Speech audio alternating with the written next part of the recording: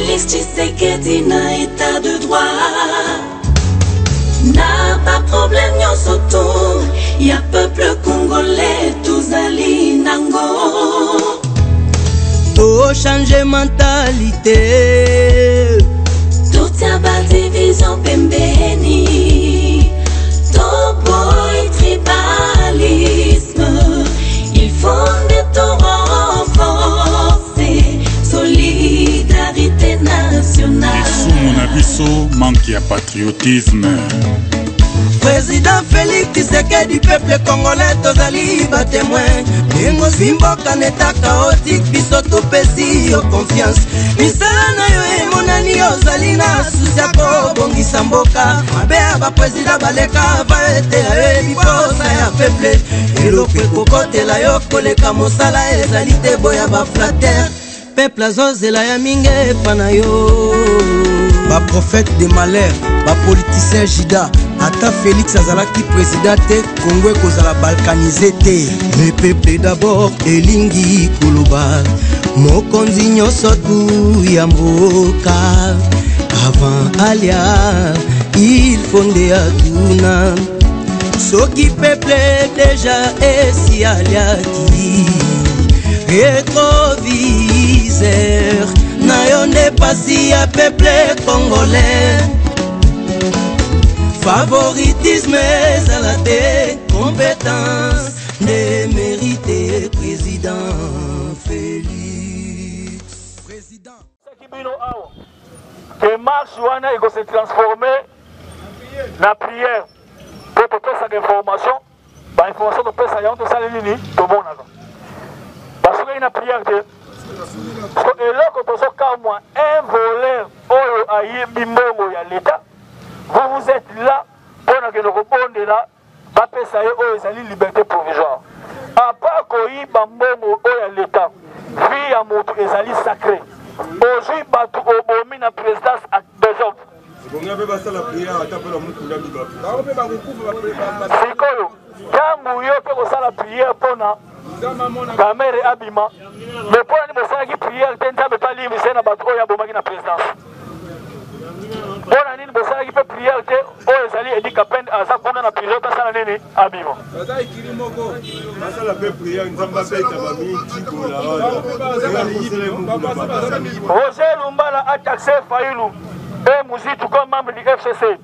La base de la République proteste contre toute attaque contre les décisions prises par Fati dans le cadre de ses prérogatives. Roger Lumbala lobby Mouzitou ya Martin Fayulu baza akoli chanani ya FCC.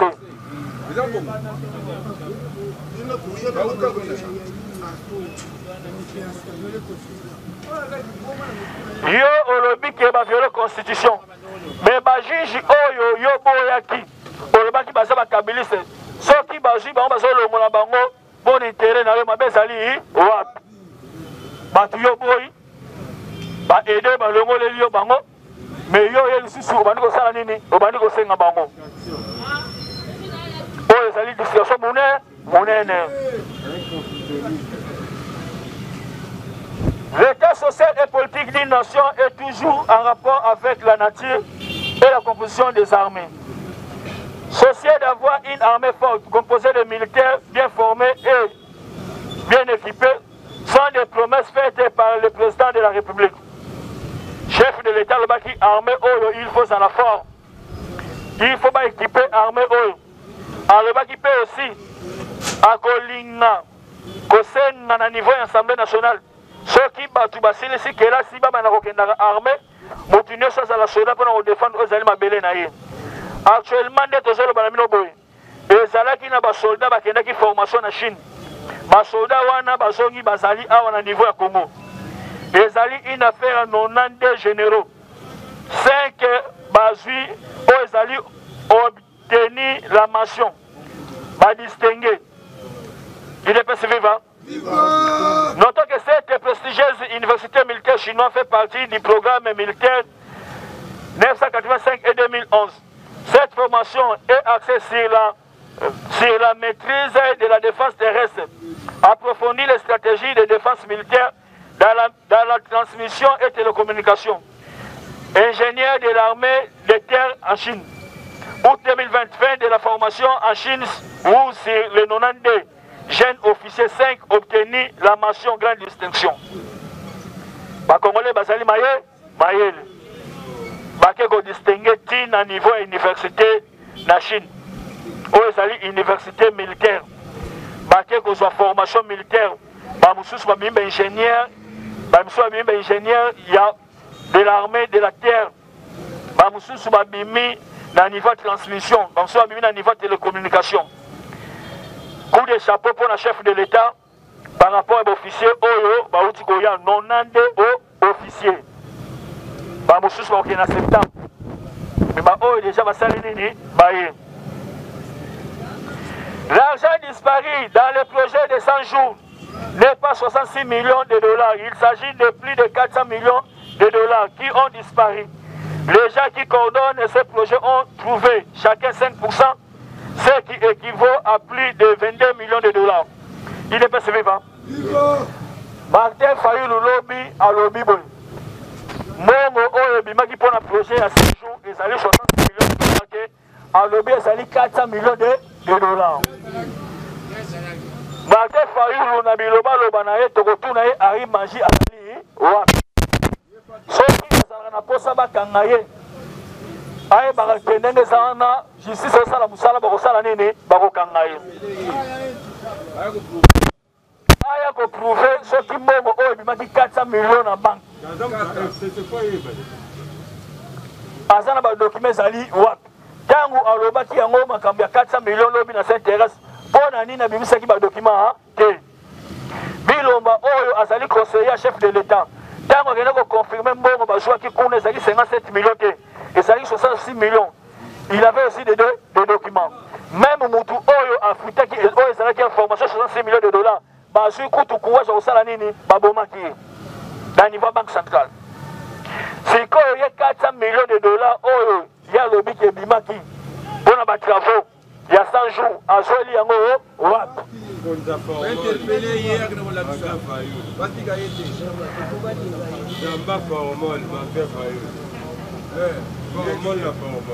l'achèvement d'argent de milliards de dollars américains, des faux billets découverts. Dans le niveau de Kingakati, Kabila a na ba faux dollars. Ozali na mbongo ebele bafaux dollars. Comme chef de l'État bimisaki mutu, ye alingi azwaye asala nini, azongisa ye na nini na mboka. Po baloba nini, chef de l'État asa incapable. Il est passé vivant.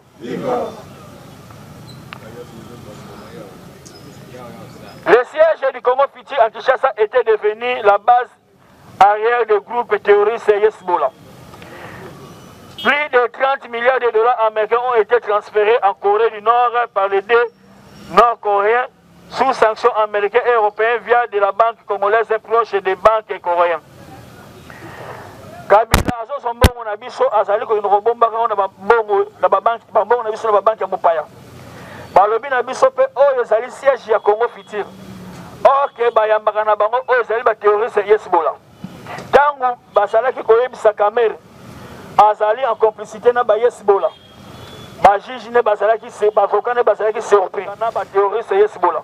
Même M. Jamal Oul azana prison ya Makala. Jamal azali Hezbollah. Azali terroriste munene. Accueilli na niveau ya Rwanda. Accueil mariage ya James Kabari. Na sima nango apesi oyo ezalaki cadeau ya 30 moments. Mutunio soyebi information. Ake kobeta masolo nini? Bake kobeta masolo ba diviser oyo ezali Congo. Ba créer Sud Kivu ekoma République mosusu. Yango moni bayaki kozwa drapeau mikolo lekaki bake kotiana nini na niveau Sud Kivu. Tango baye kolandela bataki drapeau masolo wana eutaki tango akendaki mariage na niveau ya Rwanda mutatindaki ye ezalaki nani. Donc Kamere ndenge azali wana azali kosalela oyo ezali volonté ya Kabila. Mais aye na niveau ya présidence croyait qu'azali ko accompagner oyo ezali action chef de l'État mais lui il est là pour na ko détruire oyo ezali musala oyo chef de l'État azali kosala malamu mpona mboka oyo kosala complicité mpona kobalkanize oyo ezali mboka oyo Kamere Kabila Zoé epreuve aneke bazambie babimi mais Zoé ke koluka lisusu bazambie bazonga bakota moba bakecréer des ordres peuple congolais tofongola nini tofongola miso. Après sa visite sur la site de Bukangalonjo, le premier ministre a failli pleurer sur la destruction des engins neufs par les Rwandais et en particulier Matata Mpono, qui a retiré et monté tous les monteurs sur le petit bateau basé maintenant sur la côte du Congo, Brazzaville. Bientôt Matata Mpono sera invité. Oyesaki bino awa dossier oyo ya makambo ya batracteur oyo ya sika bamonteur ezali te procureur azali saisi na yango Matata Mpono il faut azala interpeller bake kodécouvrir lisusu oyo ezalaki banje mosusu na niveau province banje wana ezalaki mpona batonga oyo ezalaki barrière électrique tokotanga intégralité awa bake kuta lisusu bakamion eboti batiti likolo bakamion tout neuf bakable bayibi bamontere bakamion balongoli apres Bukangalonjo bake découvrir lisusu mituka mosusu oyo bayibi bamontere sikoyo bato ya lolenge oyo nde bato ifo tofanda na bango na Congo barwandais bayaki awa mpona kodétruire oyo ezali mboka oyo. Les Rwandais sont venus ici au Congo ezali mpona koaide yo te bayaki awa mpona baya kovwamela na mboka na biso bakomisa biso baprisonnier à ciel ouvert. Sikoyo bato oyo bazodétruire mboka na niveau boye bino bazokende kosoutenir bango, surtout nos politiciens congolais. Tala degré ki motema mabe. Les États-Unis qui sont fâchés contre le Rwanda, c'est la menace de mort contre Mukwege. Nayebisaki bino awa prix Nobel de la paix azozala menacé epai ya Rwandais. Babengaki na téléphone pa James Kabare mpona komenace oyo ezali à mort. Chef de l'État asengi ministre intérieur asengi aussi na niveau ya ministre ya défense basécuriser oyo ezali ndeko docteur Mukwege. Likambo moko ya mabe esala nini eyela ye te basala mpe oyo ezali enquête bayeba banani oyo bazali komenacer ye. Pour ce propos Denis prix Nobel de la paix défend toutes les massacres et tueries perpétrés par les Rwandais surtout à l'est du Congo. Denis dénonce chaque fois qu'il y a eu l'étrange ce massacre qui n'est pas de toutes les goûts des Rwandais. Il n'est pas vivant. Mukwege azali ko dénoncer oyo ezali ba massacre ezali ko salama na niveau ya Rwanda azosenga na justice internationale et ya ko salama na niveau ya mboka oyo ba Rwandais bandi ko menacer y compris Azaria Surubero oyo azali awa. Il est pas vivant. De Congo Ikasanzi après avoir kokanga mwana na ye aye kolobake mwana na ye mutu na ye salaka malamu te alobi mwana na ye azali na problème ya mutu d'avance kutu autaki kososa ye traitement ndenge omonaki azalaki koganga nde mwana université asala ngo wana ezali problème ya nini azala na problème ya mutu. D'après certains médias de la République démocratique du Congo, Alphonse Ngoïka Sanji aurait déclaré que sa fille Bukumbabu Christelle a des problèmes dans sa tête et la réaction du concerné ne s'est pas faite attendre.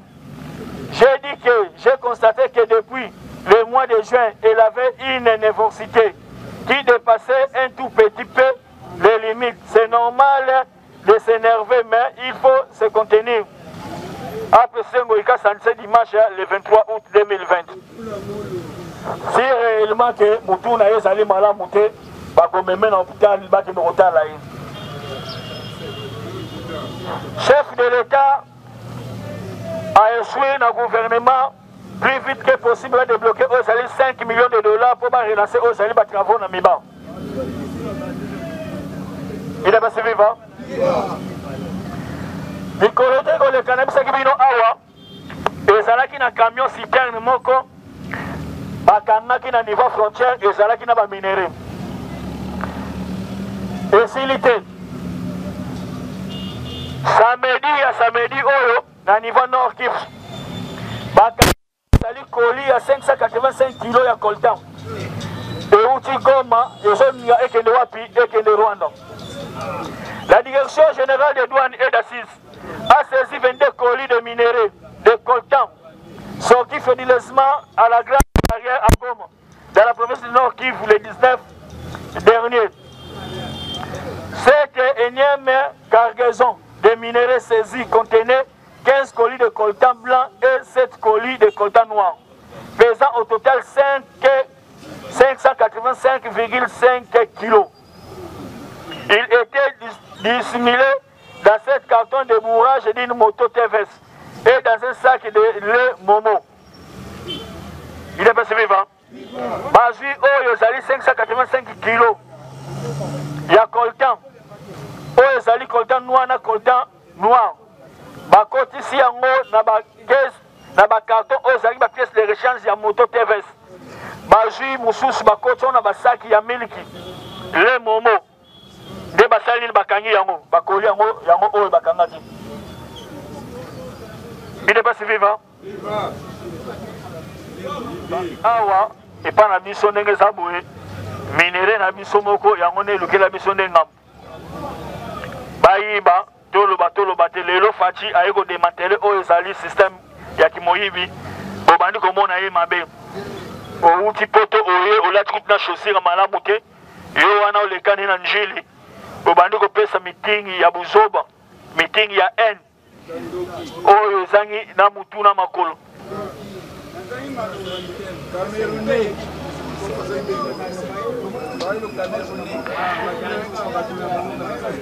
Il est passé vivant. Rentrée parlementaire. Tolobaki awa batu oyo bakotaki ba réunion na bango. Toyebisaki bino ba retomber ya réunion. Ba retomber ya réunion zalaki soki bazongi kosiéger, il faut basala tout possible baluka ozali décision chef de l'État. Kabila aebisi batuna FCC mission nyonso na pesi bino pona koluka ndenge nini na kobenga na faci na pouvoir bokoki yango te. Alors chance na bino suka nazo pesa bino ezali soki bozongi boluka moyen bolongola faci oyo ezali na kiti bokonzi na ye. Soki bolemani kolongola ye nazwi FCC na sali nini na panzi yango. Soki na panzi yango mutu na moko na bino aza na ba règlement de compte epai na ngai. Il est passé vivant. Biso toza kuna te. Biso tozo zela bango bazonga totala oyo bango bazali kosenga soki kosala nini ekosala wa.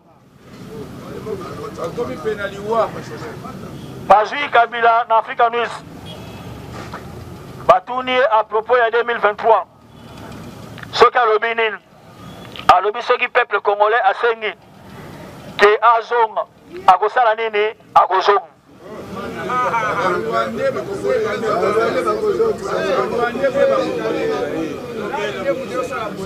Alobi le Congo aura du mal à se développer sans Kabila. Albert Yuma mamana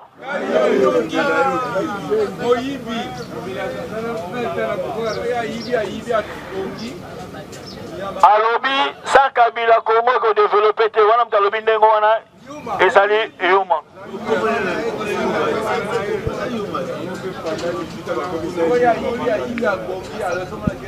Ali kosenga na ba homme de Dieu oyo ya solo babondela pona mboka oyo Congo parce que nous sommes menacés na niveau moko ya makasi epai ya bandeko oyo ya FCC balingi mboka oyo etambula malamu te bazoko linga kaka mboka oyo ekende na désordre.